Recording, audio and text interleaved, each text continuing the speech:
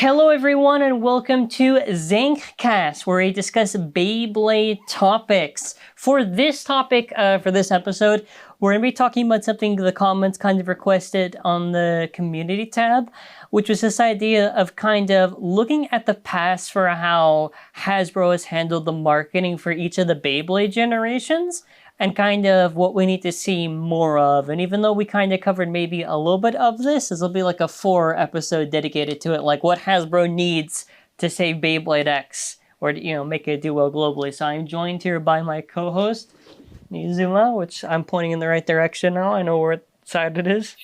Wait. Thanks for having me. See, now we're on sync. So we'll kind of just start off with asking about, because you were in this era and I wasn't, so I don't know, but how did Hasbro handle a lot of the marketing in Bakuten shoots, like the distribution, since you experienced the generation, you have a better idea of what they did for it? Yeah, so initially, the stuff hit shelves before the anime did. I don't remember how big of a gap there was, but so the stuff that initially released in stores, even the logo was completely different. So the modern English plastic gen logo with the dragon winder and stuff, that wasn't in it. It had a completely different logo. And a lot of that early stuff wasn't exactly flying off shelving. There was no anime association. So a lot of the boxes, once the anime dropped, they'd have pictures of Tyson or Kai or whatever on the box. But prior to the anime actually dropping, it was just sort of very basic packaging. The logo was different. Not many people I knew had them. I had bought a couple prior to the anime dropping, but I didn't. Prior to the anime, it was definitely not popular. I was probably only a couple months, but once the anime dropped, they started flying off shelves. So, like I said, the logo was redesigned, and they had the anime characters in the boxes or whatever. And you'd go to the store, and there'd be maybe 3 different Beyblades that you could pick from that were all stuff that nobody cared about. All the main character stuff was just gone, always. Yeah, you could never.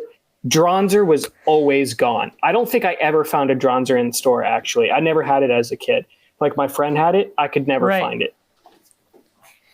I know that for the plastic gen, for the designs, the boxes slightly get changed a bit. I know they tried to insert marketing terms. I know when you got to G-Revolution with engine gear, the box design is speed powered. They modified it quite a bit visually, because I think the boxes changed over a period of time, and they would do reissues. So during V-Force they would do reissues. During G-Revolution they did a championship series where they would do reissues. Some of those would have mold revisions in them and stuff, or they would have the anime stickers for Dragoon S or whatever. But yeah, the boxes did change over the course of time for sure.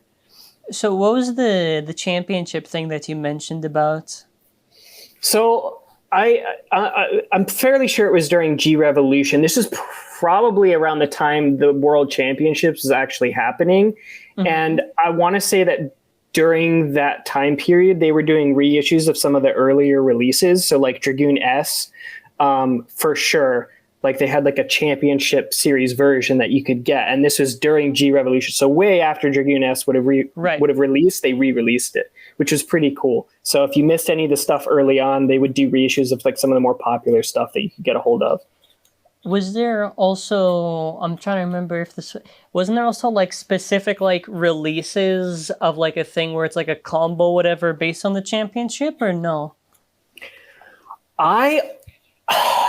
I'm not 100% sure.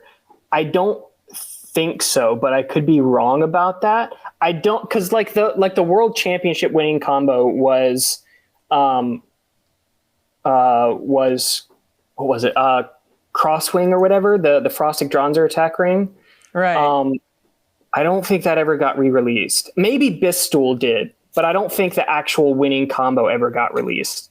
So like back then, like Beyblade had their own website and they would release the combos on the website. And so you could build it from that. But I don't think they ever actually released like any of the winning combos for any of the different regions, which would have been a cool idea. That would have been a really cool idea. But I don't believe they did that. I was thinking about the BBA championship version of that stuff, but I don't know the backstory of that, if that's Hasbro or not. Yeah, I don't know. I mean, it could be something that I'm just not familiar with. It's very possible that. Well, that's regardless, then for either of the thing, I'm just trying to go off of there. Well, regardless, okay, they kind of cater towards like the marketing towards, hey, this championship stuff that we have, regardless Hasbro or Takara Tomy, and then here's maybe some of these bays from the past, or maybe here's a specific thing that they used or whatever, you know. So there was stuff there. So I was paying attention, just doing a little bit of research. So the box designs, because this was back in the day, because it was like early, like, you know, 2000s, that type of stuff, you know, they got like super fast speed, you know, the graphics design was very silly, but they always tried to emphasize kind of like these core aspects, and even the anime stuff. I'm just trying to think. So what else did so they did the championships, and I know they always do it, and they always like have this event, like they did a Metal Fight Championship, and I'm just trying to think, what else did they do? I guess also for all three gens, they always did like store events. So like a Toys R Us, Target. Yeah, they did store events. This is pre-YouTube, pre video hosting in general, really. Like YouTube didn't exist, and Google Video, which was like Google's version of YouTube before Google bought YouTube. That was a thing. But so any of the information was either through adverts, like on TV. So like you get information about tournaments or whatever through that, inserts, or like the DVD. So like I think Fierce Battle, the movie, the Plastic Gen movie or whatever, I think the tournament, the World Championship tournament, is included on that DVD, if I'm remembering correctly. So they did do like adverts in that way, but it was one of those things where like you had to go to stores. I mean, or on the website. The website was up. That was a thing. Beyblade had its own forums at that time, that I'm sure a lot of us were active on that remember Plastic Gen. And like, I remember following sort of what was happening, because prior to that movie coming out, all of the information that we were getting in terms of who was winning and what the combos were was through that website. So like the World Championship videos that I've done, I actually used the Wayback Machine to find those, because I remembered seeing those when I was a kid. So a lot of the information from around that time in terms of who was winning, because there was no videos. There were some pictures hosted, but it was pictures and then just like a list of the combos, which ironically, a lot of like, I don't know who hosted and like took like inventory of what combos were being used, but a lot of them make no sense. Like some of the parts are just like, oh, the blade base from this thing. It's like there's, and then the name is inconsistent or whatever. But yeah, as far as I know, that's how I got all of my information back then. So I just want to add one thing, because I was trying to research this, so I'm going to edit the image on here, but this was like an example of like the BBA Championship series. So this is like Vortex Ape, and it's some specific combo. I'm actually a little bit surprised that they did this, but they never tried this later on. It seems like such a weird thing. It does like a really cool marketing there, kind of like, here's something that won. Here's the release of it. Honestly, now that you mention it, like that would be such a good idea, because like I know other franchises have done that in the past. Like I know the Pokemon trading card game has done that. Like this is the 2016, I'm just throwing out a date, 2016 World Championship deck, and you could buy it and that would be like the winning deck or whatever. They should do that for Beyblade. That would be super cool. Or like, you know, the pro deck that would come with like 3 combos or something. That would be super cool too. I think that would sell well. Yeah, because you know, Takara told me they don't like do those releases, but they'll always do like in the Koro, like in the more recent one for Beyblade X, they'll show like the first player's top 3 combos, what combos do you need, what parts do you need to make it, whatever.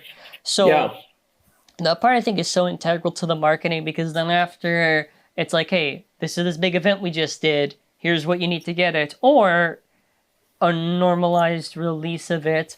One thing I want to ask before we hit the metal generation, do you know what stadium they battled in the Plastic Gen's like tournament thing, like the final stadium? Was it like a Hasbro thing? Or like the final stadium, sort of. So, the Japanese tournaments would use this event stadium. So, like the finals or whatever had this huge stadium that had a motorized spinning center, and then it had these long tubes that you would launch into. Yeah, so and they used that for the North American Championship and the World Championship, I believe. So it was just, I don't know where they're at. I would love to know if they still exist somewhere, if somebody has it. But it's literally like a 3-foot stadium, like wide, dimensions-wise. And just these long tubes that, like, on both sides that players would just launch into, and the Beyblade would just travel down this slide and then drop into the stadium. It was pretty cool. I'd competitively probably a terrible pick, because it's impossible to KO anything. So everything that was won was high stamina, but they are cool. They're cool looking for sure. Yeah, okay. I was just double checking. So I'm gonna hit on the metal generation. So I think the launches are almost exactly similar. How it is, a little bit of stuff drops, and then after the animation, I think maybe, I don't know, was there any advertisements of Beyblade, or was this like a thing, if you can recall, if it just dropped? And then I remember seeing advertisements for Beyblade early on.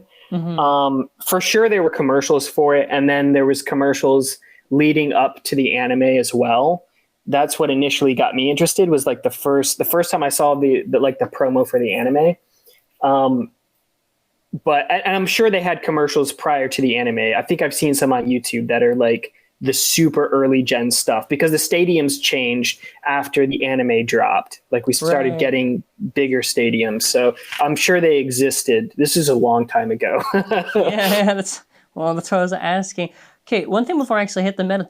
Do you know if, like, what were the commercials like for the old gen? Because I've struggled so much to find it. Do you like recall anything about like were there any toy commercials? Yeah, there were toy commercials. There actually, a lot of them were pretty similar to the Metal Fight commercials. The sort of like cage gang fight type thing. That existed in Plastic Gen as well as Metal Fight. I don't know why they thought that was the marketing strategy, but yeah, commercials did exist. I remember seeing some for like G Revolution. I remember seeing some for like the V-Force stuff and all of that. This is really like the early 90s, man. Look at what they're wearing here on this. Early, that's like that, bro. It's like 2000s. That's 2000s, right? It's like 2000 backwards cap. Look, okay, the series dropped in North America in what, like 2002? Oh my god. I think. Yeah, okay. 2001, 2002? Yeah, now we'll go to the metal gen, but yeah, oh my god, I just realized how odd the marketing is. I'll cover the remind me after I talk about the Japanese advertisements, because those ones I recall a little bit more, but okay, so Metal Gen was more or less similar to Plastic Gen. I think it was more, I think maybe there was some hype around it before the anime came out, because I remember I got into Beyblade because someone told me about, like, hey, there's this new show on, like, YTV, because a lot of the stuff was done in Canada for, like, the dubbing and all that stuff, or, like, Chorus Entertainment and that stuff. And I was like, oh, okay. And it's like the exact situation that you had, where There was a Storm Pegasus, Flame Sagittario, Rock Leon, gone. I literally had my first 3 bays, if I can recall. It was the Dark series. It was a Dark Bull, a Dark Gasher, and a Dark Wolf. No one gave a shit about any of the 3 of them. It's just those were the ones that were there. Even the stadiums had like some weird marketing power, like the Pegasus Stadium, that Pegasus Thunder Whip thing. Yeah. Oof. The Eldrago one, super hard. That one, like the Pegasus one, is that the one with the weird little spiral divot thing? Oh no, that is another Pegasus one, but that's not the specific one. It's just the basic one with the Pegasus stylization, and the Eldrago one too. Got you. But yeah, something you just mentioned too with the plastic gin was like the marketing on the boxes. Like I thought it was so cool that they had the blader there. Well, it was like the name in Japanese, but I thought, okay, that's kind of cute how it's stylized, where it's like the little code and whatever. Yeah. I didn't really do that. I kind of, I'll be honest, I kind of liked seeing the characters on the boxes. I think it makes sense. I don't know why they took it. I just assume it's to save ink or something, or just Hasbro saving on the bucks. But did Plastic Gen have like an online battle site, or was that Metal? Because I know Metal Fight, they had like the baybattles.com thing. You redeem a code, and it's like Adobe Flash rotating PNGs that you pretend like they do something and they hit each other. That's a great question. There may have been a Flash game on like the official site. I want to say that there was no like online battle thing. It would have been like a really basic Flash game at that point. I mostly just used it to keep up with like the championship stuff or like new information and the forums, because like the WBO didn't exist back then. And so if you wanted to know anything about Beyblade, because YouTube didn't exist, you had to go on the Beyblade forum. That was the only place to get information aside from fan sites. Yeah. I think something I've been noticing with Metal Fight also in like the box design of it, because if I go to like a Metal Masters box, I think after the first season of Metal Fight, they dropped the whole thing of showing the anime character. Yeah, after that, it was literally just, instead of it displaying like the blader there and inside you see the bay, it was just like, here's like the bay right here, and that's it. I am such an odd directional choice, because after that too, it kind of gets so for the box design. I want to say the Metal Gen was other than maybe Early Burst, I think Metal Gen was probably like the overall weakest for like visual box designs, because like Plastic Gen, it's very, for that era especially, very pops in the eyes, highlights the details, whatever. Like, I think season 1 you had it there. Even like the Eldrago one, they even wrote down like Forbidden Beyblade on there for marketing. Yeah, I think they probably got rid of the characters to avoid kids like not buying stuff because it didn't have, Ryuga or Jenga on it. Like when you think about it, like if you've got all these side characters that nobody cares about, nobody's going to buy it. So you just remove all of the characters off the boxes, and then people are just going to buy what they think looks cool. Yeah. Okay, so in terms of events, I think pretty much all 3 of the things are the same. They host in the stores, whatever. But okay, I'm trying to think. So the marketing for Metal Fight is the absolute dumbest shit I've ever seen. It's so, like, even the X marketing that they did is like tame compared to the stuff here. It's like this weird, and dude, they love like to be hip with the kids. They love inserting rap into it. Yeah, rap. Do the rap. It's the rap and like the wrestling motifs. Like everything feels like the freaking, what is it, WWE or whatever. Yeah. It's always cage fights. I don't know why. Why is there always a cage? Underground, like, I don't know. They're like underground, like doing dealings of the bays. They got the stuff. They're like, it's like Fight Club or whatever. Yes. My favorite was the Metal Fury ad. This made no fucking sense. They're in like this giant sphere to advertise the Destroyer Dome. The guy gets on a motorcycle, he's going around the thing.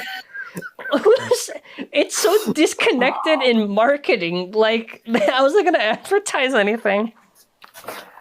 Yeah,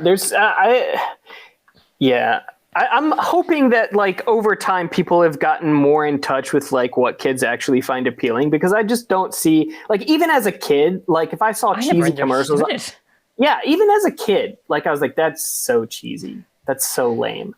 Like I never watched, I don't think I ever watched a Beyblade commercial like that and it was like, ooh, now I want that. I just wanted it because of the anime or because I thought it was cool or whatever. I think something I'd like, and the Japanese marketing appeal is superior. It's like, they do like, it's like a CG thing. So like for Hell Kerbex, it's like, it'll be animated, it'll go hit whatever, destroy base on special VFX on like the CG stuff. Hell Kerbex right at the end.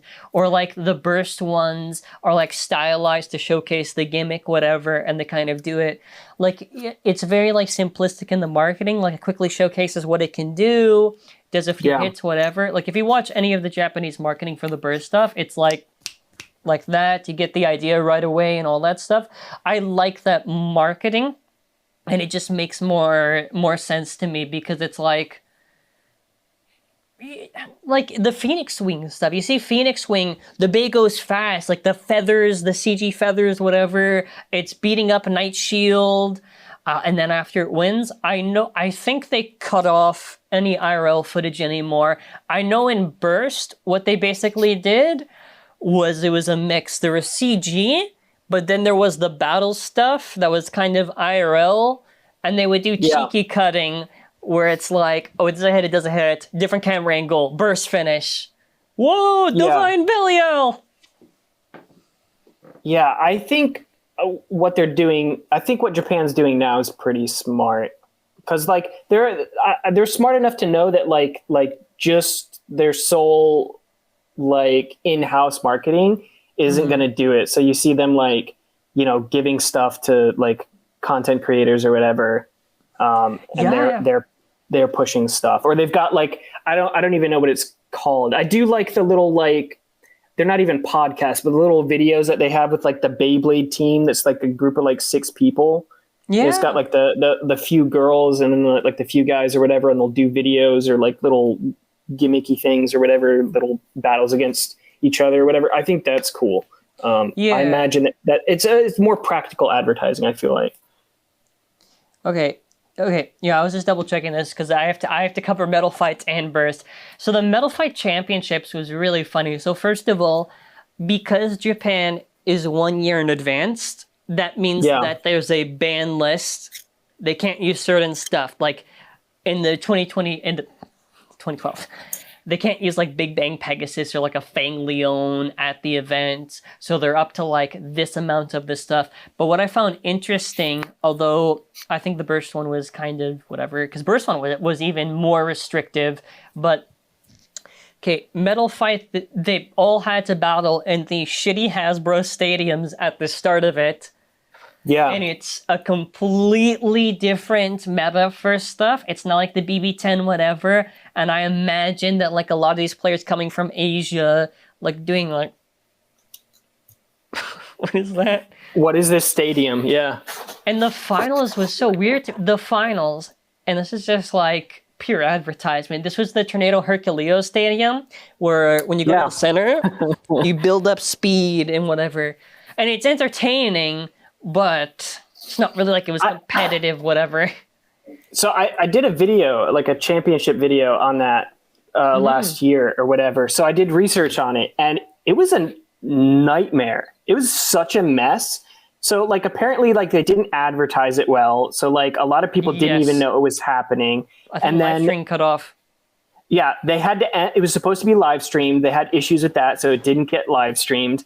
And then normally, like you said, the Japanese players, they're coming from a completely different meta. So like a lot of stuff was banned, but they didn't ban Tempo or Kerbex. So like 90% of all of the combos used in that tournament video, like you go watch the footage. Yeah, it's Tempo, Basalt or Kerbex, like the same two combos. It was actually super boring to watch because I had done the Plastic Gen one prior, and like if you watch them both, like there's such a stark difference. Like it was like they did the Plastic Gen one at, like I think it was the Space Center in Texas. So it was this big event. Like they had like lines wrapping around the event or whatever. And then they did I think it was a World Championship. I think they did in New York or whatever. It was just like a way bigger deal. And yeah, and then doing the final stage in that stadium that like North American players have probably never played in. Yeah, completely different. And then the Japanese players, they're probably all used to playing in a BB10, I would imagine. I imagine that would have been like the actual... Even then, like home field advantage, because they already had that stadium for like a period in time, so they would already have that advantage. But even... Oh, I have to talk about Burst now. Well, I forgot. I have to cover both gens. Well, Burst was the exact same issue. Burst has really bad marketing, and give the viewers some context. They really did terrible at Metal Fight. Too many spin-offs, a lot of cuts on the bays, and then after you do cuts on the bays, then the interest dies down because, and this is the truth, right? Because we have to talk about this, but the fans back in the day gave Hasbro all this shit when they messed up Fang Leon, Cosmic Pegasus, El Drago Destroy, when they knew the 4D system, right? And when they skipped out on stickers. But the Burst generation was the only generation where people were like the boot in the mouth for like Hasbro, because all these cuts and stupidity was like more accepted. And I'm saying that because it's literally only the Burst gen. It's only the Burst gen people that defend anything that Hasbro's done poorly for that thing. And I'm saying this because Hasbro, when they start off Burst, we had, I think, a little bit of information. I remember me and my father did research on the trademarking, and I remember this will be kind of a casual theme. You're going to notice it's kind of almost shadow dropped. Like you just find it in the stores. It's like, okay, I guess it's there. And they dropped like a huge amount at the start, and you see something carry off from Metal Fight where they had the Beyblade Burst app now. Which I don't understand the appeal of the app. Like I never... Was it like just this like side thing where it's like, hey, if you're younger and you buy this, you can also get this digital app and you can like feel rewarded for the thing? I don't get it. I mean, for kids that like don't have friends that play, I guess I can kind of see the appeal. I think I like early on, I think I downloaded it and I played it for about 5 minutes, and then that was the last time I ever touched it. That was super early on, but I know people like really became big fans of it. It wasn't for me. The whole thing in covering the marketing burst too, it's you know how in the previous generations, and not every single Beyblade game got localized, like there's some Metal Fight stuff that didn't get localized, like the original DS game with Quetzalcoatl, and the PSP Vulcan Herusius one did not get localized. Only the DS one that was like the Tekken, like 3D Arena Fighter, I think was, and the Wii game. But for Burst, no games were localized. And I remember asking in the New York Toy Fair, like, will this ever get localized? And they basically said, well, our focus is really just on the app right now. So all these games, all of this stuff, this nice stuff, the reason why you didn't see it is the Beyblade Burst app, which is why I will always have hatred towards that app, because it is the dumbest thing. Probably just to save whatever money they could. Right? I mean, the app's free. When you put it in that context, I would have to agree. Just because I've played the 3DS games, I think you've played them too. Yeah. I actually like them. I think they're some of the better Beyblade games that we've gotten. They're basic, but in terms of like the physics and like sort of like the way they have the specials set up, and I actually think they're some of the better Beyblade games we've ever gotten as a whole. Yeah, you have like, and they always have like, they have a little store. You could actually have your own Yeah. kind of create a character, kind of, and the 3DS ones you could actually customize. There's like a mini gacha thing that was just Yeah. like in the game of the thing, but you could like customize the base colors, and it did represent, I think, the gimmicks probably most accurately compared to anything I've seen before, because like you actually could see it was voice acted, character voice acted. It had scenes from the anime that would appear. It's Yeah, those but games are aside solid. from yeah, aside from that, in terms of marketing, there was a little bit more of a shift this time around in Burst. So instead of for Beyblade Burst having like this underground, yeah, let it rip, you got to hit or whatever, you know what I mean? Like, I don't know what they said, but a lot more basic on the commercials. Like, I'm just going to double check on one of them. No, okay, never mind. They were still kind of close, like in the setting, but it wasn't like the exact same thing.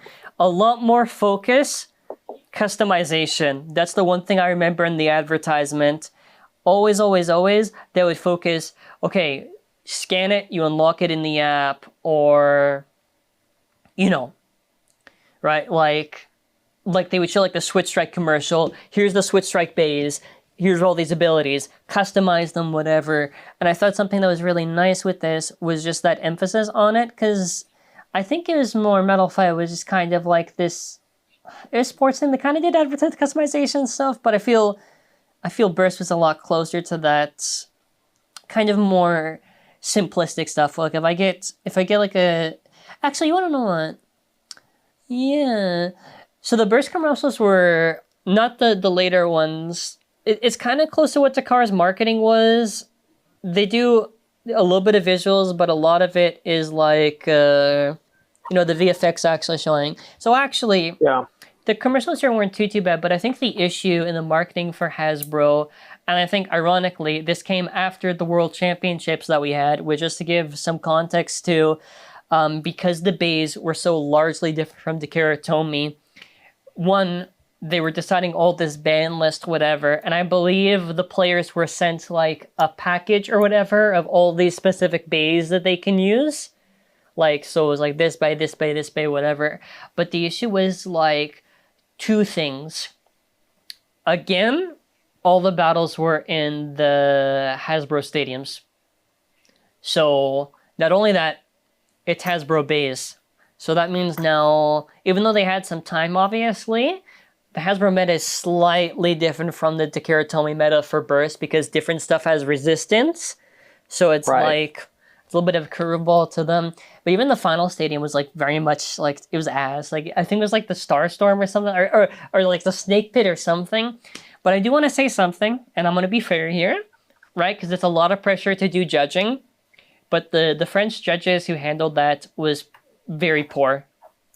They would grab the bays too early.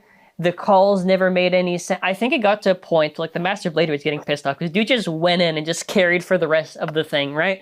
And it's not any disrespect, because listen, it's very much a lot of pressure to do judging, but to say that they did a good job would be lying. And that did hurt the championships a bit, because I feel, you know what I mean? Like certain players were cheated out of wins because the judging was so bad. Like imagine the base would be like this. Okay, it's that guy. What? Yeah, it looks like it's slowing down, so he just grabs it. Yeah, I mean, I think Burst is like the one championship that I haven't actually covered on my channel because it was such a It was a slog. It's like the same issue with the Maximum series, because it's just Surprise and Requiem, and it's just Surprise and Requiem bearing. Yeah, well, and like it's complicated, like you said, because like Japan's got a different system in terms of the way the bay is assembled. So we got slopes and you got teeth, and then they're using Hasbro stuff. So then you're limited to Hasbro stuff. The Japanese players have no idea what that is. They're playing in stadiums they've never played in. And so like it's wildly inconsistent. I think it's the biggest disservice to like the actual competitive Beyblade scene is the Burst World Championship, because it was completely unfair from the start. Mm-hmm. Not only that, but in terms of just general product stuff, I'm gonna say they're more or less pretty close to each other. Like Metal Fight, if you saw a Hasbro box, it would explain to you all the gimmicks like how the Japanese product would. Hasbro was kind of, it was mostly towards like the Switch Strike. They would kind of like advertise the gimmicks, sort of, like actually a little bit of turbo, but it wasn't like how Metal Fight, how every single part they would explain what it can do. A lot of the issue with you see with the Hasbro boxes is like D09. That's it. That's all you get to know about this bottom. TB 56782 or whatever, right? Yeah. And it's like they don't really have like, I think it's more like the main feature, but I feel in that regard is a little bit poor for all the kind of highlighted details. Like the Metal Fight and the Plastic Gen, I feel like they put like a little bit more there. The only other thing is like the box designs, I think, got particularly nice in Rise, because in Rise they were stylized. I don't know who the artist for this was, whose idea was it, but it was very good. It was like this graffiti design where they drew custom art of each of the bays. And I thought, that was too close to the mic, sorry. A custom art of each of the bays. And I thought that was like a really nice thing that they did. And then after they just didn't do it for Surge, they didn't do it for Rise and Quad Drive. And yeah, I don't know, it was very messy. But actually, this got affected because of COVID, because we were talking about influencer stuff. To my recollection, the Baytuber Battle League stuff was supposed to be in person. I don't think it was ever supposed to be in the app. I think the reason why it changed to the app was because of COVID restrictions, not to get anyone sick. So it was just the app. But yeah, I don't know if, I don't think I did any NDA. Whatever I did, it expired then actually. But what was really funny was just, and I'll share these details because it's not like it even matters, but this was so poorly handled by them. So basically how this would work is that we'd have to submit our stuff to like whatever. So if we did like a battle, I record on the camera there, I send the footage, right? And they sort it. But I think there was some error or whatever in the finale with me against Cypress, I think. Oh, I recall. When you battle on the app, you have to do a lot of the tapping stuff. And you would see it on my screen where I am winning the entire time, but for whatever reason, it goes to the other side like automatically. And obviously, I don't think Cypress cheated at all. I think what happened was the connection was so bad that it probably was so delayed registering from Brazil just to get all that like netcode of the stuff on the tapping. And I made this complaint. I'm like, bruh, people are going to see this. They're going to know something's up. So instead of doing the right thing, okay, let's redo the thing so it's fair to both of you. No, if you watch the Battle League, there is a reason why all of the bars when they clash are censored. Okay. To avoid people like, hey, why is that guy winning and then he lost? Yeah. Okay. That's kind of funny. I don't care, right? Because I still hustled the prizes, whatever, so... No, but... Something else I wanted to mention with this was kind of the choices on influencers. I don't remember every single person because this was so long ago. I don't even know if this is on the Bay Wiki documented, but I know there's Beyblade Geeks. I know there was Ilanuk. There was me, Cypress. I think there was Ninja Kids TV or whatever. And some random girl, I don't know, even covered Beyblade, whatever, but I think my issue in that regard was just kind of, and we talked about this before, just this conversion idea. Because I understand, like, the Ninja Kids, I think, is like 10 million, some absurd amount of subscribers, and God bless them for it, but, like, they're not Baytubers. And the same with the other, well, actually, I don't even know if the girl was even related at all to, like, an influencer or whatever. They just found someone else to represent that area, right? But yeah, even then, though, it was such, like, a weird thing. And I have to say that, like, I carried the promotion for that. Like, whenever they sent stuff for combos, whatever, like, listen, I definitely carried in that regard. But, like, even then, I don't know, it was such a weird thing. But I like the idea. I think the core idea is good. Even Beyblade X, like I recall the Phoenix Wing pre-release, wasn't it? I remember something along the lines of you have to beat these influencers, whatever, and then you can win it or you can buy it, right? I think Something along those lines. so. I think it was something along those lines. I remember seeing some posts about some people talking about it, but I don't remember the exact details of it. Well, either way, like this idea of influencer stuff, because we're still covering on the marketing side, so, and it's a little bit disjointed just because there's kind of so much stuff that Hasbro does that's like so disconnected, but I think one of their bigger failures, because we kind of covered the championship stuff, so now product marketing, they just drop stuff with almost no marketing. Like, Yeah. I found Turbo, I think it was like 2 weeks before the Burst Championships happened, and the whole reveal was the Turbo products, and we found like 2 weeks or whatever in advance. Yeah, I'm hoping it gets handled a little bit better. I feel like Burst was a mess. Like, I feel like it was so disjointed. There'd be times we do find names for stuff, or there'd be times we just find a product, and we're like, what the hell is this? Okay, for a video, I guess. Like, right? Even the social medias, and this is very important because Metal Fight gets the excuse because that was back in the day. It wasn't really like they understood it. Burst, dude, it's weak. It's weak how they did the marketing for both influencer stuff and for like the actual, like just general advertisements for like posts. Like, even now the marketing, like commercials, I guess were fine, but even like the series stuff, whatever, I don't know. It never felt right to me. Like, I know BBG had a series on it, but it didn't feel that authentic, and it was like too scripted. You know what I mean? Yeah. Like, yeah. It wasn't the same thing like how Master Bladers usually do it. I don't know. I didn't like that too much. But even then, I feel like it's almost like it's such a disconnect for how they want to advertise the base. Because if you watch the Japanese stuff, like they're so organized with everything on the video presentation and never feels like anything slow. Everything feels right. But like any of the marketing here, if it's actual video stuff, I don't know. It doesn't feel right to me when I'm watching it, just in terms of presentation, how they showcase it, terminology, that type of stuff, and like just personality. As I'm not trying to rag on anything, it's just like it's kind of dead. I think a lot of it is the difference between trying to promote a toy and trying to promote a hobby. So like Hasbro is promoting a toy. They're just promoting a product. Whereas like in Japan, a lot of the marketing caters towards the actual hobby of it. I think that's one of the big differences. Because in terms of influencer stuff, and I talked about this before, they would just send stuff to any of the influencers, right? And it's just like, hey, just say you just disclose you got the product. Okay. The only time when it was different was when it got really bad, which was Quad Drive, which was essentially the Bay team. And the Bay team, they basically were restricted. Don't compare it to Takara Tomy. Don't even mention any of the Takara Tomy stuff.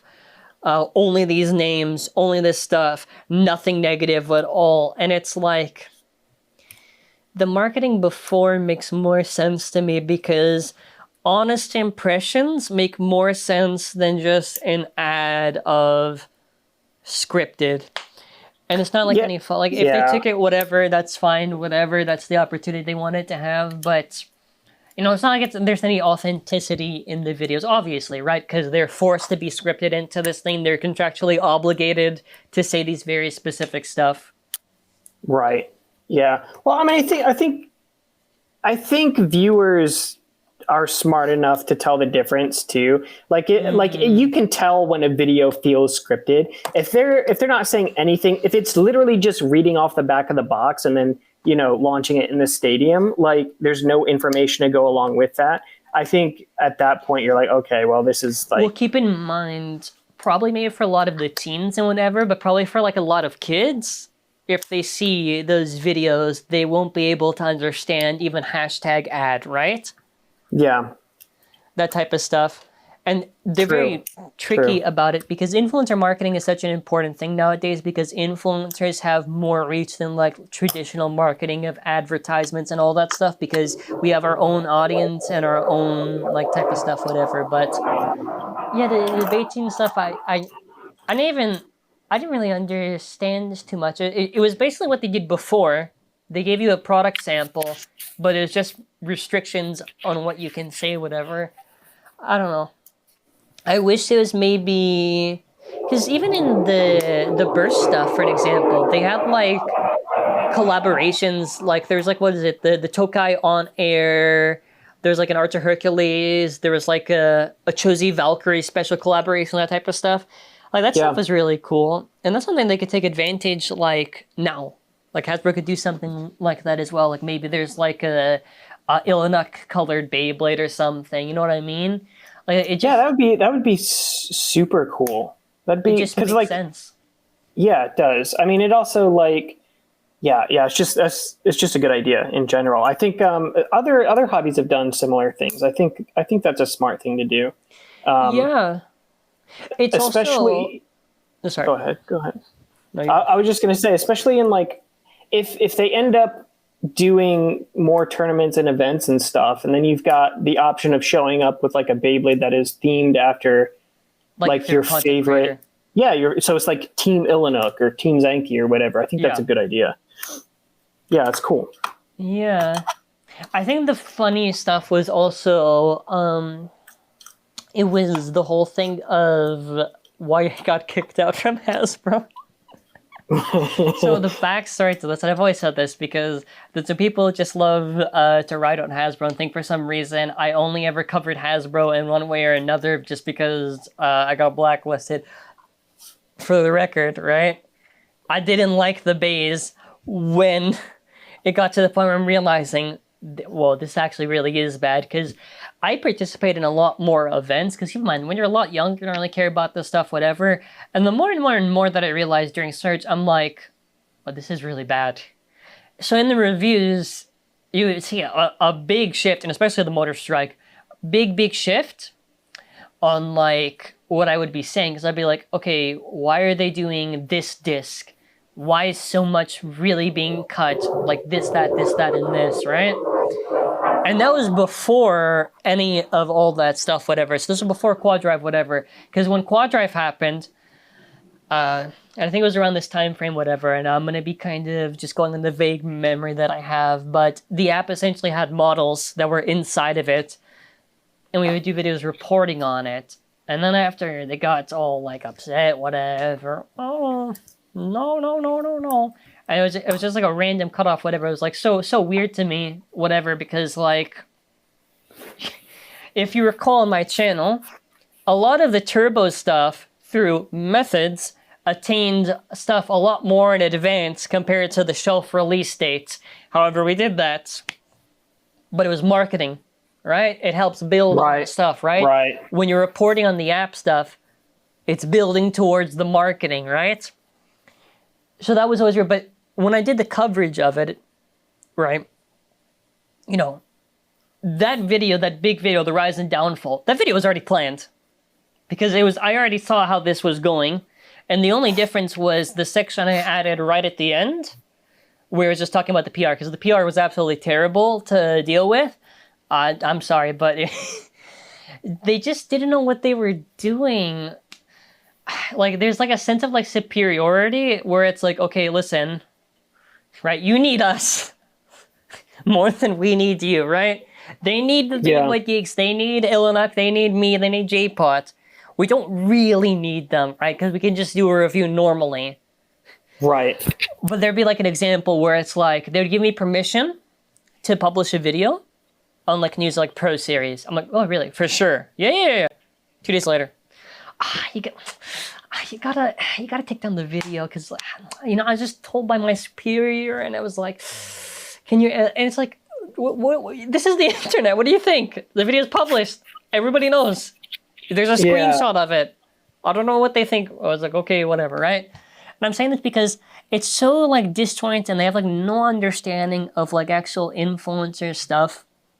And it was such an annoyance with Burst. So something I want to see when we get into X there's no reason to force the script. It should be how it was before. Maybe you get some of the influencers on videos. Maybe you have like a series where Ilinuk maybe covers like strategies. Maybe you get one where it's like me, I'm covering like combos. Maybe it's like BBG and they showcase like a stadium, right? Yeah. Like, it just makes sense to not alienate the people who are technically selling the product for you. Right. Yeah. I mean, because most of the, I would say most of the Baytubers like are making content because they enjoy the hobby, and they're gonna continue to make it regardless of whether or not Hasbro is involved or not. So Yeah. And you definitely do not want to be on the bad side of all of the content creators, because like a lot of people are just gonna buy this. Like a lot of people, a good chunk of the community is buying stuff from overseas already. Mm-hmm. So like alienating your audience is just going to make them, it's just going to piss them off, honestly. Yeah. And you don't want that. And the views don't lie at all. If you see any of the times, like I'm just going on me for an example, but like anytime, whenever I got a sample, whatever, like there is, what do you call it? Like it's kind of like from boxing, whatever, kind of like in the fighting realm, but kind of like star power, right? So like the viewership that they get, how many views they get when they cover something or when they do something, right? And obviously, like any of the people I just listed, like they're gonna have that star power more than like the regular person. They reach more people. So it'd be interesting to see them incorporate influencers in that regard and maybe have more open transparency. Like for an example, like Takara Tomy, I would say, is very open with the fans. They opened like a bulletin board on Beach, communicating with the fans back and forth, opening questionnaires, all that stuff. That is open communication. Or even like mold revisions or all this stuff. Hasbro, you don't get that open communication. And it becomes this issue where when they do a lot of bad stuff with the products, like there's nothing coming from the company side and all these consumers are left in the dark. Like it's only really been me who's done coverage in the New York Toy Fair, pressuring them a lot of times, which is why they switched out a guy. They switched out a guy again to answer the questions so they don't answer. Even email, whatever. It's like, it's just, the company needs communication. That's such an important thing. So other than just influencer stuff, the company also needs to like give their takes and their communication back to the fans because you need that transparency there. Like, hey, are you going to cover this? Okay, well, we're going to see how we can adapt it to see if it can work. Like, hey, are you going to do the Battle Pass? Well, Battle Pass is pretty hard because it's such a unique thing. Stay tuned for the future. We'll see if we can do it. Something, I don't know, like doing basic things like that, right? Yeah. Yeah, I agree. Yeah, even X stuff. Like, it's so focused on influencer stuff, whatever, all this, like, it's like Japan gets it. It's just the West here. It's like, it's such a struggle to understand anything. Yeah, I think whoever is in charge needs to treat it more like a trading card game. Yeah. And because there's, when you think about competitive hobbies in the West, there's not that many that are large outside of video games and like trading card games. Trading card games are probably the closest to Beyblade in terms of competitive hobby, but that's what they need to treat it like. Mm-hmm.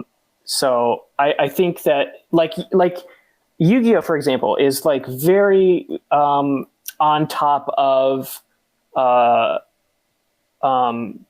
influencers and like social marketing and stuff, like making sure like content creators are getting stuff early, making sure that they're like communicating with the sets. And yeah, I feel like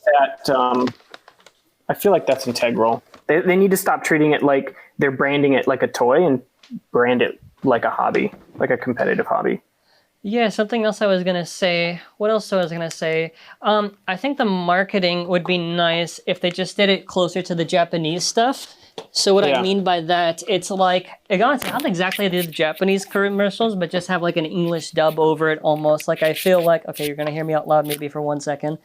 But that's something I feel would make like a little bit more sense in that regard, just for the commercial stuff, just to be a little bit more, like more specific in that regard. But other stuff, influence incorporation, It would be nice to see boxes that actually are good to look at. I don't know. Yeah. Like, I feel the boxes for Hasbro have been pretty weak. I think Pro Series was the only one they actually tried to mock. Actually, Pro Series, because I said before they didn't have the description, whatever. Okay, Pro Series, I know that they had all that specific stuff, but like, I think something like the Pro Series boxes, I think I would like to kind of see, or potentially, you know, they could probably do something. I'm just trying to think here. They could probably do something along the lines of, I'm going to be back in a second, so I think my phone just died. They could probably do something along the lines of, I think they could honestly port the box of Beyblade X and just English terms, whatever, because if I'm correct here, I think the shift was around, I think it was kind of like Surge, whatever, but it was basically when like the boxes would kind of just be all these CG renders in the front, whatever. Like Pro Series, I know they did that.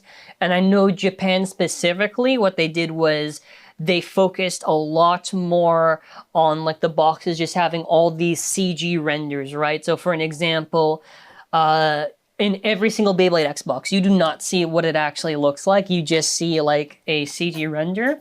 Now, the reason probably for this and why you don't see like actual photography anymore, kind of one or two reasons.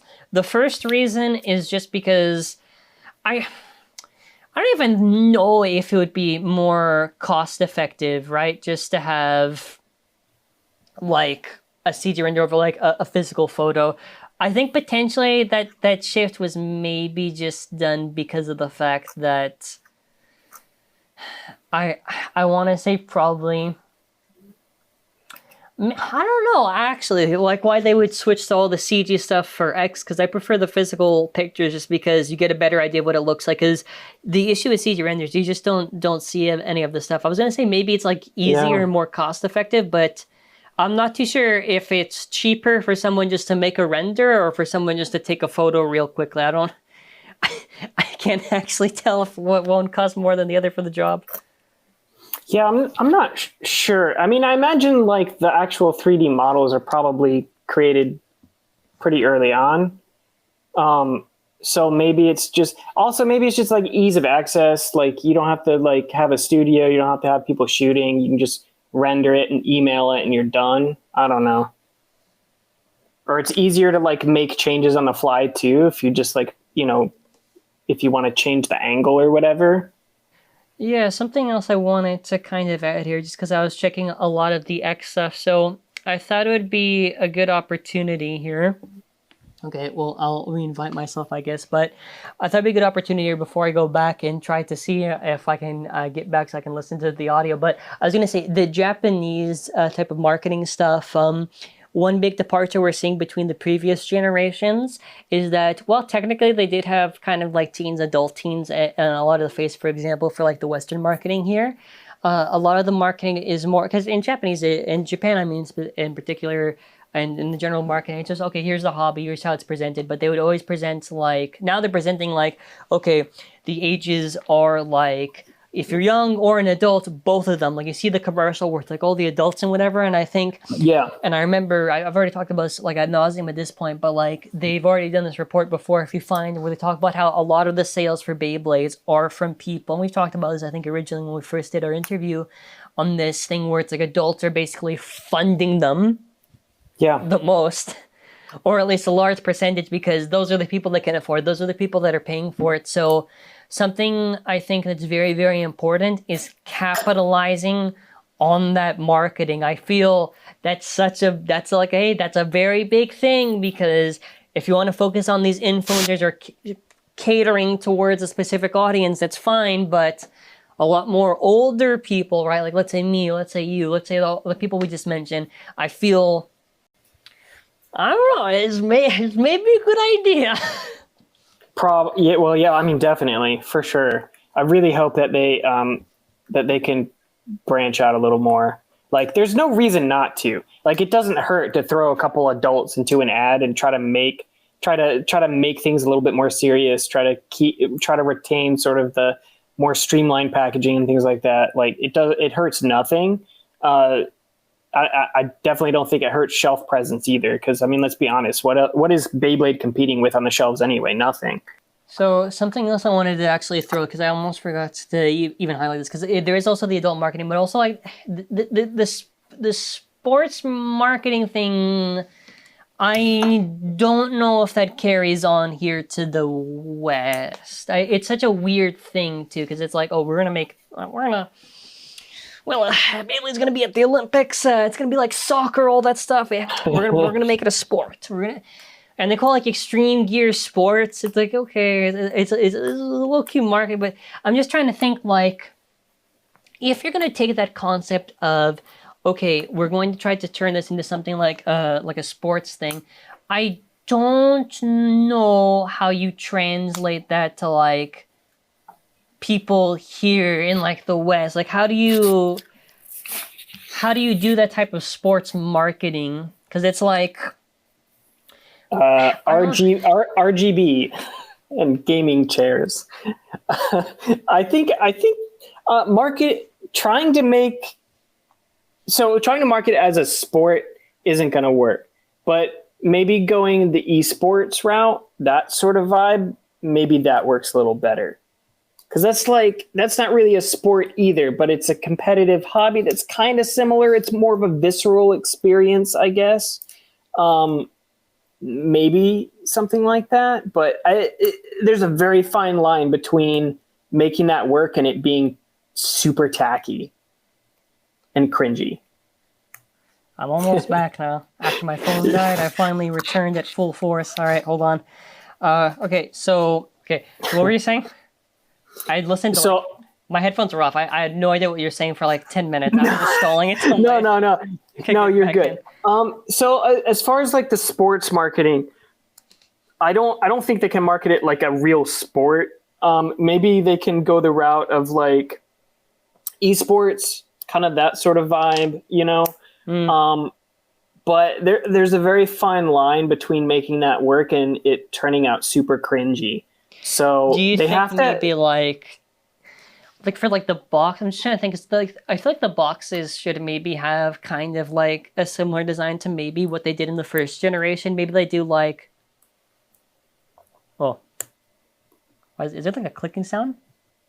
Oh, sorry, I'm popping this bit chip out of this thing. My bad. Hell, man. I was like, oh man, I messed up the audio this whole time. I gotta go check the recording. What the? That's That time I peaked. Bro, stop it. I'm sorry. I'm gonna be like... I'm like one of those people that has to be doing something with my hands. No, I'm saying you're good. It's just, I thought, I'm like, am I hitting the mic or something? It was just like my connection. I thought, oh my God, well, okay. I was seeing the box should say like extreme on it or something in that regard. And I think they need to stylize it a bit more. I don't think they could, okay, they have two options. The third one is to do something creative. Don't do that, Hasbro. I've already seen them being creative. Okay, reuse the Japanese boxes. There you go. Yeah. Or, because the issue is that for the remakes, you can't, because the reference is lost. Because like drones they would have to like modify it, which surely Hasbro would be paying artists, right? Yeah, God forbid. Yeah, that's a good question. I mean, it wouldn't hurt my feelings if they changed the box design. I like how streamlined the Xboxes are, but like if they were to change it up, it doesn't bother me. I just don't want them to go like the super kiddie route. It would be nice to walk down the aisle and be like, what is that? That does not look like the same as all these other toys. You know what I mean? Yeah. I think something how they did it in like G-Rev or something, like how like the boxes are like kind of like specialized, maybe like a key catchphrase, keyword, extreme. Yeah. Something like that. I think something like that would be interesting. Because I feel like the boxes, when you see them, like you understand, they literally explain the gimmick every single time on the back of the box. Extreme dash ability, blader on the top corner, parts, stats, whatever. That's it. That's all you need. So in terms of like the product stuff, I feel that's fine. So we basically covered influencer marketing. We basically covered the champions. Now it's going to be real. Well, let's pray. Let's pray they don't f it up. But I hope the bays are more or less like almost zero changes. Like I have been told, right, that it's not going to be like Ultimate Valkyrie, Ultimate Evo Valtryek, right? And even they've said like it should be like Takara Tomy.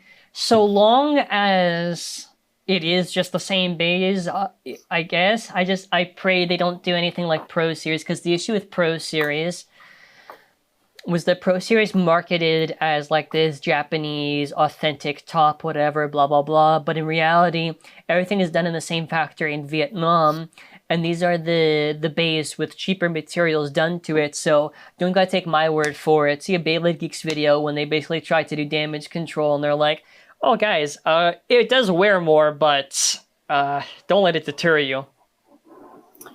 Maybe, yeah, I was kind of thinking about this a little bit, but maybe the difference in sort of what we're seeing with X in terms of like no stickers, very minimal paint separation, all of that stuff. Maybe some of that was Hasbro influence? Sort of, yeah, done intentionally to try to maybe cut some of the production costs. That way they can get a one-to-one experience without cutting into sort of like what Hasbro's trying to get out of it in terms of like their projections or their overhead or whatever. Because like while stickers probably wouldn't last long on X, they definitely could have put it on. I mean, we see it with the Hell Site that's coming out. Like they could have done stickers, no problem. There's not any particular reason not to have done them. So maybe that's a thing potentially. But I mean, when you think about the amount of like material that's going into these, they're also a lot smaller than Burst was, especially towards the end. So yeah, I don't even know the costs work for that. I don't know if that's inflation or if they just wanted to keep that price for profit. But no, I was saying that just because I was thinking like if they're gonna do championships or even events, like now it's even. Yeah, even if it's like year difference. Yeah, it needs to be the same. It needs to be this. We can't do this thing where it's like different system or different quality or whatever, different, like it needs to be one-to-one this time. Or like I mean, Hasbro has to know how much they're losing out on in terms of sales. Like thinking about like if you look at the community, if you look at most of the influencers, like people would cover Hasbro stuff, but like a huge chunk of people were just buying the Takara stuff. They would just buy it because you could get it off Amazon, you get it off eBay. There's a million different places that you could buy it. It's not like it's 2005 and the stuff is inaccessible. So there's unless you're just a little kid and you're in the store, like with your parents buying something, there's no reason to buy it over the Takara Tomy stuff. Yeah, and something else I was gonna say, which is a big thing. The stadiums are going to be the biggest important thing right now for Hasbro for this generation. This is what's going to, even if the bays are more or less similar, this is what could make or break X for Hasbro other than just the marketing. If you look at the past for the 3 generations, all of the stadiums, I'm sorry to say this, and maybe like there's 1 or 2 like they're fun, whatever. I'm talking about like in pure stadium sense, are terribly designed. They don't follow the fundamentals for what makes a Beyblade stadium, the ridge, the space to KO, all that stuff. And I understand, for an example, the reason why here we don't have exits and we had pockets. I believe that was some modification for like safety reasons, and that I can understand fine, but at least make the pockets big. Yeah. Well, I mean, with X, like, for example, like the extreme KO zone or whatever, like if Hasbro needed to cover that pocket, they could do that. They could make that a solid pocket that doesn't have a hole, and the problem solved. Here's the thing. This stadium is already Hasbro approved, which is why I think, because Hasbro and Takara Tomy have a very close relationship with each other. If you notice, there's, and I maybe have done a video on this, or maybe talked about it, but they work back and forth on ideas. Actually, I have done a video on this. like the RC stuff, the electric stuff you saw in Burst with like remote control God Valkyrie that influence the hybrid and ignition. So it's like one experiments, the other one does, and I feel like we're kind of seeing that. Like the only good stadium truly that ever was released in Burst, like an actually good stadium competitively, not like subjective fun, was the Pro Series Stadium, because that was the closest to the Japanese stadium. But even then, it's like the issue with the Pro Series Stadium, pockets, exact same issue, and it's the spacing that matters. But like the X Stadium, it's so hard to mess this up because it's literally like a Pro Series Stadium. The pockets are in the inside. There is an exit, but every Hasbro Stadium in Burst has had like a giant shroud on it for the main thing. Now, one thing I have noticed, I can't recall Plastic Gen, so I don't know. I think Plastic Gen, more or less, the stadium designs were more or less similar. Metal Fights, almost all of them were more or less similar. There was maybe one or two like variations, right? But there's always like a main body type, right? Right, yeah. And I'm just wondering, like... Oh, yeah.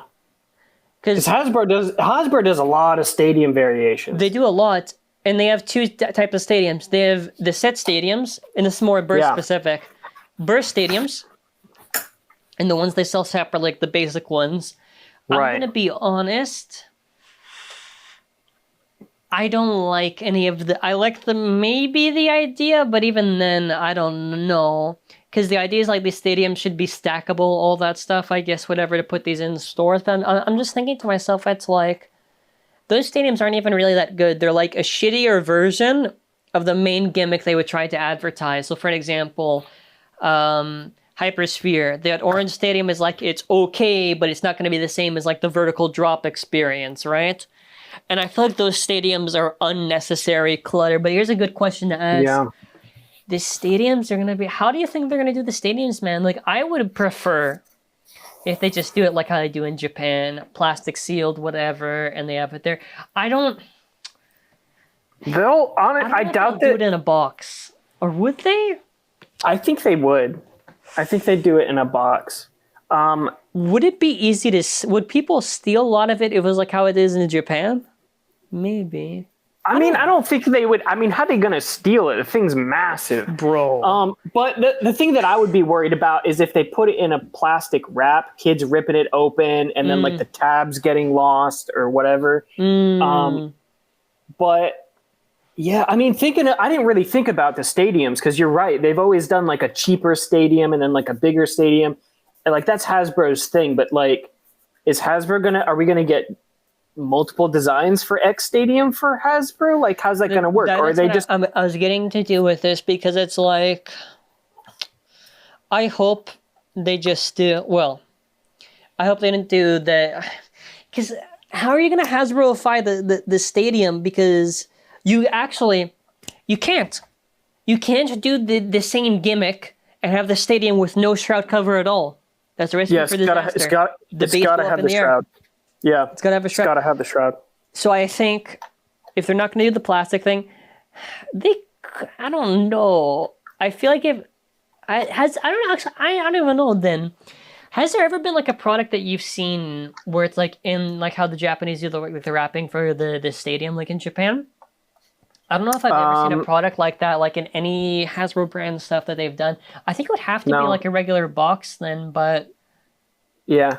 It would have to be a box, which I think they would do. I think that would make sense. Okay, now here's a good question to ask then.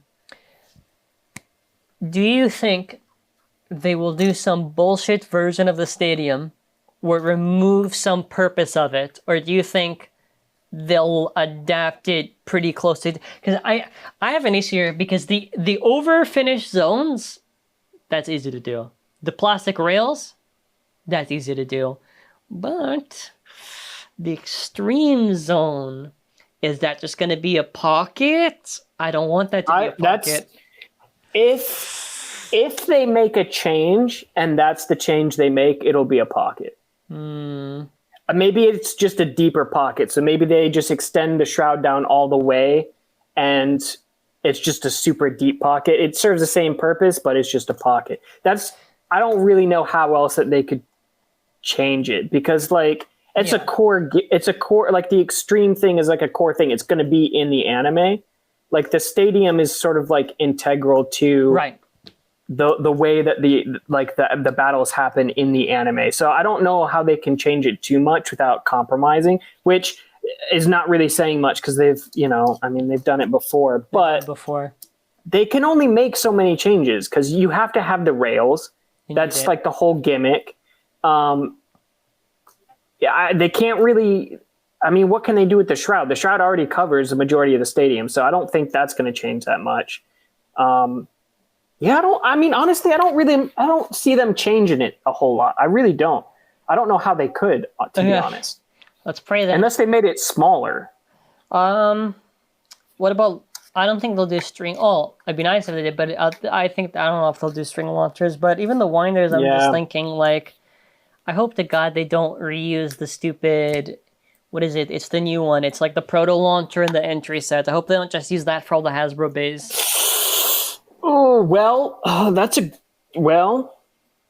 I mean, why were those even made for X? Let's be honest. Oh, well, for tiny kids, whatever. I don't know. That's why I think I've seen like little 3-year-old Japanese kids on Twitter playing with the regular launchers. So I know it's not necessary. I haven't seen a single Japanese player use that launcher.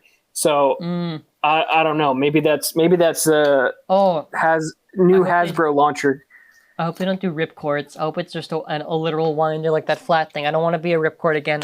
Because I realize this. I'm like, why do they do ripcord? I guess it's cheaper, but yeah, don't do that. Yeah, I mean, I think the standard ripcords are like the ones that are currently getting released with X are fine. I think if they don't do string launchers for X, like if Hasbro doesn't do them, I don't think anybody's going to be super upset about it because probably most people aren't using them anyway. Mm-hmm. Okay. Aside from that, we covered the 3 gens. We covered general marketing and stuff. We covered the Battle basic. Pass. I hope it's normal. Battle Pass. Doesn't translate well. They could do it. They could do it. But it's not going to sell. If they introduce battles, it'll sell. Like if they do actual online battles, the same as the app, it'll sell. We'll see. We'll see. I would have bought. Listen. You telling me if you were 10 years old and they released that battle pass and you could play people, but you could play people online with it, right? Don't tell me you wouldn't have bought that. I don't know. Okay, well, trying to think if there's anything else we didn't really touch on. Oh, one last thing. This TikTok marketing stuff, this YouTube Shorts marketing, get those guys out. Get them out. Yeah, it's bad. I hate it. The marketing, so much. It's like, it feels almost like, it's like an ironic thing, but like, it's not good. Like, I look at it, I'm just like, it's not people who understand, like, okay, one of them is just clips of the show, whatever, okay, that's whatever, but like, a lot of the stuff, it's just like, it's not really like they have an understanding of like the products and whatever. They need to get someone who understands the bays and the products for that type of marketing stuff. Doesn't the official Japanese one, don't they have like some parody whatever, like this thing where like they do like the TikTok whatever where the guy was like walking around whatever doing like a challenge or something? I don't know if I've seen that. Let me get the Beyblade X TikTok. I'm gonna see if I can find that one. I didn't even know Beyblade X had a TikTok. What? Like an official TikTok? I think there was some TikTok or some ad, and I can't remember what. So someone's gonna have to find it, but there might have been something like that. But yeah, aside from that, I mean,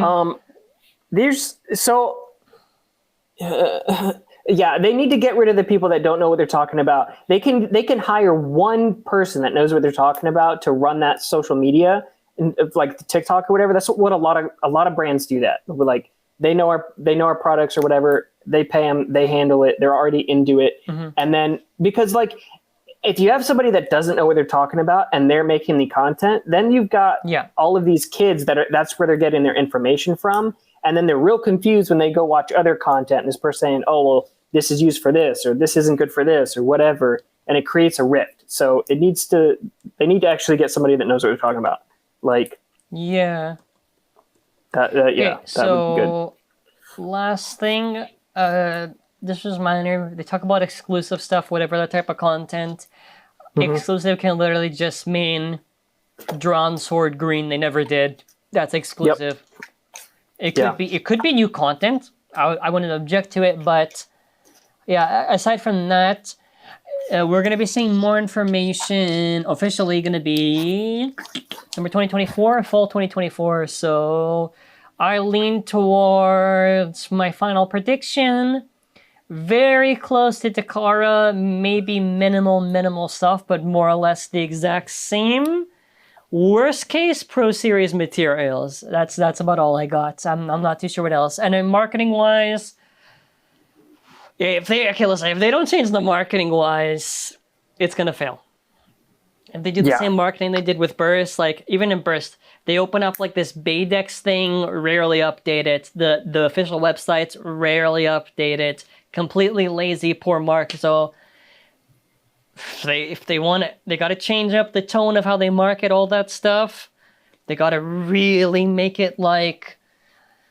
I feel like all the like marketing courses I keep taking, they're just like coming in at this moment. They got to like understand what they're doing, right? Because if they don't, it fails. Because marketing is the most important thing for your product. If the marketing's not good, the name doesn't get out, the product's not going to get as much sales. So, I don't know. And exclusive stuff, maybe first half of X, actually. First half X, maybe recolors that are just different. Second half, maybe new content, maybe. Stadium-wise, I don't know if they do new stadiums. They could. I really don't either. I don't know what they could do. There's not much to do. Yeah.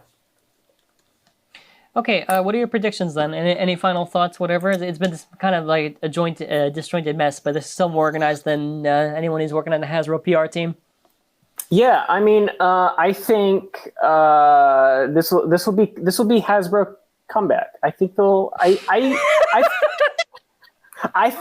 actually legitimately I think that after everything that's happened towards the end of Burst, I think that they've got to. They have to. Hasbro's purging money. This is one of their big brands. They have to do it right. Everybody's like watching to see what they do. Takara Tomy seems like they're more sort of involved in trying to, not only market the brand in Japan, but also it seems like they're more involved in trying to push it everywhere. So hopefully they're more involved in what Hasbro ends up pushing in the West. And I hope we get the battle pass. Yeah. I don't know that we do. I really don't know that we do. No, but it would be cool. Like, it would be cool. If they don't do any of the things that are suggested, like actually involve real people, maybe do exclusive series with them, which by the way, I'm not even paid. I'm already giving them free ideas. You're welcome, Hasbro, but for both of us. But the tournaments wise, oh yeah, we didn't even talk about the tournaments. Oh yeah. Next episode, no. I've not really much else to say. Like for the tournament wise, like it'd be nice if they could do something like what Japan does, like maybe a big event here and there. But because it's not like Japan, it's a lot different from like North America. I don't know. My only suggestion for the tournament wise was gonna be you could rely on store people, but something actually before I forget, before we finally wrap up now, because I forgot about this. In Japan, they're very involved with the fans too for like events. Like if you're a fan, you can get a fan sponsored event official by the brand. Yeah, I was thinking that probably the easiest way for them to do events would be, again, I keep going back to this, but the way that a lot of trading cards do. So like a shop, like a comic book store or like a TCG store or whatever, they go through the process of getting like legitimate sponsored tournaments, and then they get prizes or whatever sent to them from Hasbro or whatever, and then all of the tournaments are like, in-house, like, once a week or once a month or whatever. Yeah. That's how Yu-Gi-Oh does it. That's how Pokemon does it. That's how Magic does it. They're all like, whoever's, the store sponsor is, they go through this process in order to get sponsored, and then they get the stuff sent to them. I think that would be the easiest way to do it. Something I was going to suggest, like for like the fan-specific stuff, like the WBO. Yeah. This is literally their biggest opportunity ever. No one would turn this down. If it was like some signed contract, like they would sign it. It's such a good opportunity. Like the WBO has so many wonderful and talented organizers across different states, different countries. Hey, you want to host something for Hasbro? All right.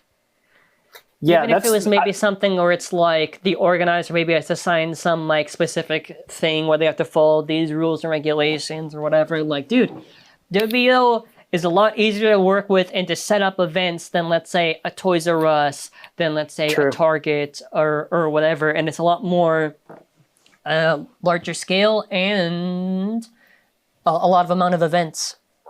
Well, and you've got people that already know what they're doing.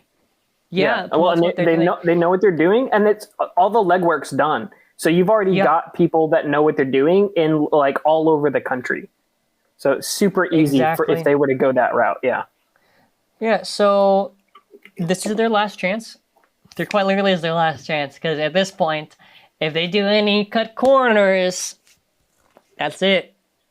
They'll end up killing the brand in the West if they don't get it right. They'll kill the gen. Because the part of the gen success is also what happens here. Like, that's why Burst also goes on for so long. Both of them are doing so well. They both were, I don't want it to end up where it's like, I got to keep importing from Japan. Because because no the series died in the West. Please, I don't want the Rip Fire, the RC. I don't need the XTS, a Tornado Top, whatever. I don't need, They'll probably do some of that. We'll probably get like RC Beyblade X or something. I guarantee you they'll make some kind of spin-off product. Probably nobody will buy it, but I no doubt Hasbro does something like that. Yeah. So to the viewer that's listening, if you want to suggest any topic for us to do for the following week, make sure to comment that. So, anything particular? No, we're before UX. So maybe next one we can discuss UX. I don't know. I feel like we've already, there's too little content. Maybe if UX gets something. Okay, so maybe next month then. Okay, well, I got nothing for other topics, so I'll eventually find something. But plug your stuff as we end off. Oh yeah, come check out my channel if you haven't already. It's Nizuma Blader. I make Beyblade X content. I make Plastic Gen Metal Fight content. I have a cat. We have cat shirts. Where's my cat shirt? Hold on. I have cat shirt. You gotta get the plug. Wait, where's my cat? Can I have my cat and the shirt? The cat in the shirt? Max. The shirt and the cat. I was gonna try to get Max, but I don't know where he's at. We got shirts. They're like, whoa. Yeah, if you guys want a shirt of my cat, well, we have those too. So I don't know where Max is at, but it's so.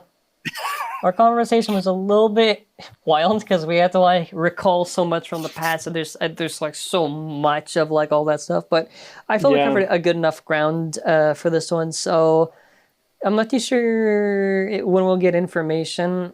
That's actually the funny part, because like right now they're getting rid of all the burst stuff, so probably I want to say maybe April we might start to see some teaser something, because I think the official English social media, they've posted like the OK Rock and like I forget the ending, the Aspa ending thing, right? Yeah. And they post like the manga teaser or whatever. So it's like, I hope for nothing for the best. I hope the marketing people just get a better idea of what they need to do. I hope honestly they watch this and just this is love towards the brand, because I just want them to do well. I'm not preying on the downfall, man. I'm preying on the downfall if they do the base bad. Yeah, no, we want the brand to do well. We want the brand to do well. It's a little too loud thing. Nobody wants Beyblade to fail. 100%. Alrighty, we will see you all maybe next week if we find some topic. Nizuma's channel is linked in the description below, and the cat stuff, and we'll be signing off.